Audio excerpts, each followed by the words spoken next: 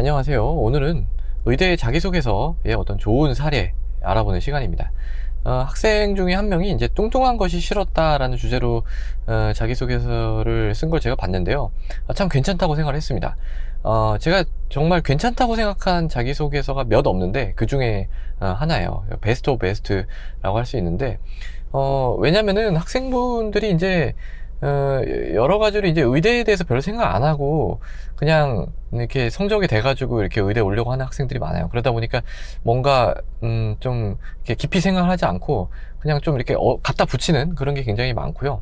그러다 보니까 자기 경험이 별로 들어가 있지 않고 어떤 누가 뭐 이렇게 얘기해 준 거라든지 아니면 그냥 되게 피상적으로 알고 있는 거를 마치 그게 엄청난 진리인 양 막 이렇게 얘기하는 그런 게 되게 많아요.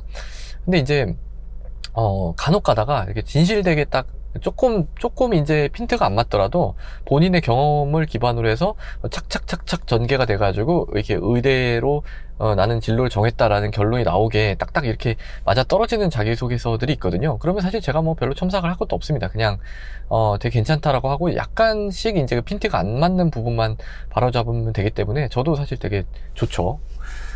그래서 그런 부분 좀 말씀을 드리려고 하는 거고요. 자, 자기소개 이거는 제가 항상 말씀드리지만 참조용이에요. 이건 본인의 경험으로 자기소개서는 쓰셔야 됩니다. 그래서 이런 논리 구조 괜찮은 것 같아요. 자, 한번 보세요. 어렸을 때부터 좀 뚱뚱한 학생이었습니다. 그래서 어렸을 때부터 뚱뚱한 것이 너무 싫었어요.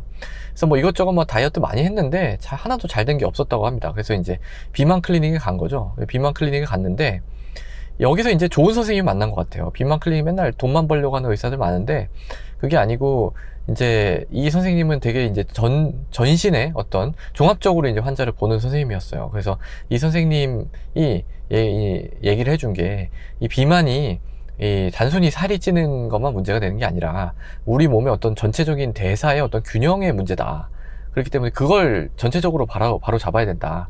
그리고 또 네가 살을 갑자기 많이 빼면은 그게 또 갑자기 다시 올라와가 요요 현상 어차피 오기 때문에 천천히 빼야지 몸에 무리가 안 간다. 뭐 이제 이런 얘기를 해준 겁니다. 그래서 뭐 학업에 지장이 없을 정도로 천천히 이제 살을 이제 뺐다고 해요. 치료를 진행을 했는데 뭐 살은 많이 안 빠졌는데 몸이 훨씬 좋아지고 건강해지고 덜 피곤하고 이런 걸 본인이 달라진 걸 느낀 겁니다. 그러니까 여기서 이제 이 학생이 얻은 결론은 뭐였냐? 의사로서 할 수 있는 일은 정말 무궁무진하구나. 그냥 정말 심각한 병을 치료하는 그런 일도 할 수가 있겠지만 이런 아주 흔한 병, 뭐 비만이 사실 병이라고 하기에는 또 조금 그런 측면이 있잖아요. 어쨌든 그런 어떤 흔한 어떤 우리가 불편하게 생각하는 모습들에 대해서도 어떤 잘못된 상식을 바로잡고 올바른 방향으로 생활 습관을 지도해 주는 거는 굉장히 어떤 사람들한테는 도움이 될 수가 있겠구나. 그런 거를 하는 것도 의사의 역할이라고 생각한다. 이렇게 이제 논리를 딱 구성을 했는데, 되게 괜찮다고 생각했습니다. 여기서도 조금 부족한 측면들이 있어요. 그래서 제가 중간중간에 조금씩 그런 게 있어가지고 그런 걸 좀 보충을 해드렸었는데, 어쨌든 이것만 해도 되게 훌륭합니다. 그래서 이게 왜 훌륭하냐? 첫 번째는 일단 말이 된다는 거죠. 말이 되고. 근데 두 번째는 본인의 경험이라는 걸 그냥 느낄 수 있어요. 이거 읽다 보면. 물론 제가 이거 요약을 해놓은 거라 좀 그렇긴 한데, 좀 읽다 보면 본인이 정말 경험한 거구나 하는 걸 느낄 수 있습니다. 또 좀 소소하죠. 소소하지만 막 되게 거창한 막 이런 게 없잖아요. 이게 자기소개서 읽다 보면 막 자랑이 뭐 어마어마하게 쏟아져 나오는 그런 것들 되게 많은데요. 사실 좀 부담스러워. 왜냐, 자랑은 그냥 객관적인 걸로 하시는 겁니다.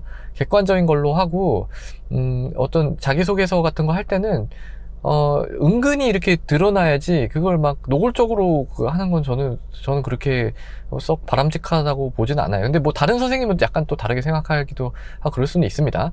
어쨌든 좀 소소하지만 이런 사람 사는 냄새가 나는 그런 거 좋은 것 같고요. 그 다음에 이제 굉장히 비만이라는 건 사실 굉장히 흔하잖아요. 근데 그거를 본인이 어떤 의대로 가는 거랑 연결시켰다라는 부분 괜찮다고 생각하고, 깨달은 바, 이 학생이 깨달은 바도 정말 공감이 되고 타당하다라는 측면에서 아주 훌륭한 그런 자기소개서의 어떤 거라고 생각을 했습니다. 이제 뭐 다른 방향으로 제가 이제 이런 거 제시를 할 때는 이런 걸 제시했었어요. 그러니까 지방세포라든지 만성염증 이런 거랑 엮을 수가 있거든요. 비만의 경우에는. 그래서 이런 걸 분자 수준이랑 조금 조사해가지고 본인이 약간 뭐 연구한 거하고 이렇게 해가지고 좀 엮으면 괜찮지 않겠냐? 뭐 이제 이런 얘기도 많이 했었고요. 그다음에 질병의 관점에서도 접근을 할 수가 있어요. 비만의 경우에는.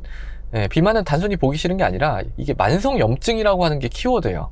비만으로 이제 뭔가를 엮을 분들은 이 키워드가 훨씬 들어가면 좋습니다. 이 학생한테도 얘기했던 부분인데, 만성염증이라는 키워드가 딱 들어가면은 뭔가 이거에 대해서 공부도 좀 했네, 이런 느낌을 줄 수 있는 거예요.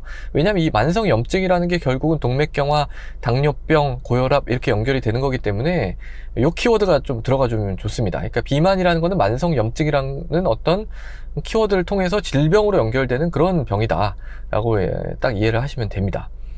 그래서 이런 걸 이제 엮으면서 가는데, 그 베이스가 되는 건 바로 뭐다? 본인의 경험을 넣는 것이다 라는 측면, 다시 한번 말씀을 드립니다.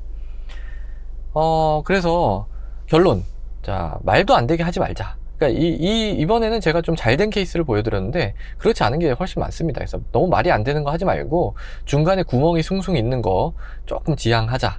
그리고 이제 질병에 대한 언급이 있으면 그거 좀 공부하자.